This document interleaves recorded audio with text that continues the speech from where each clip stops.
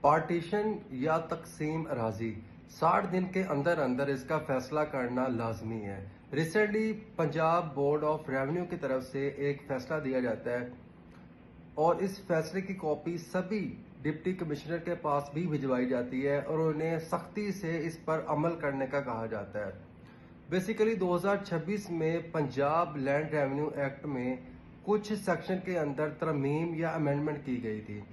اس کے اندر سب سے اہم امینڈمنٹ سیکشن 142A میں کی گئی تھی۔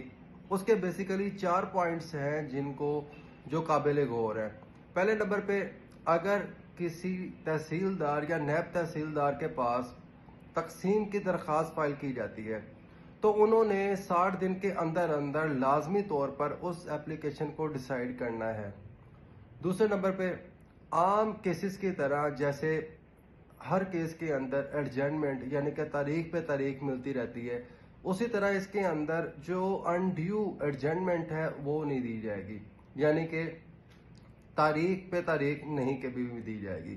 تیسرے نمبر پہ، اگر ان کیس تحصیلدار یا نیب تحصیلدار جس کے پاس بھی یہ پارٹیشن کی اپلیکیشن آپ نے فائل کی ہے، اگر وہ 60 دن کے اندر اندر کیس کا فیصلہ دینے میں ناکام ہو جاتا ہے تو آٹومیٹیکلی یہ کیس ٹرانسفر ہو جائے گا کلیکٹر کے پاس۔ وہ ڈیفینیٹلی اسسٹنٹ کمشنر ہوگا جو اس کو ڈیسائیڈ کرے گا۔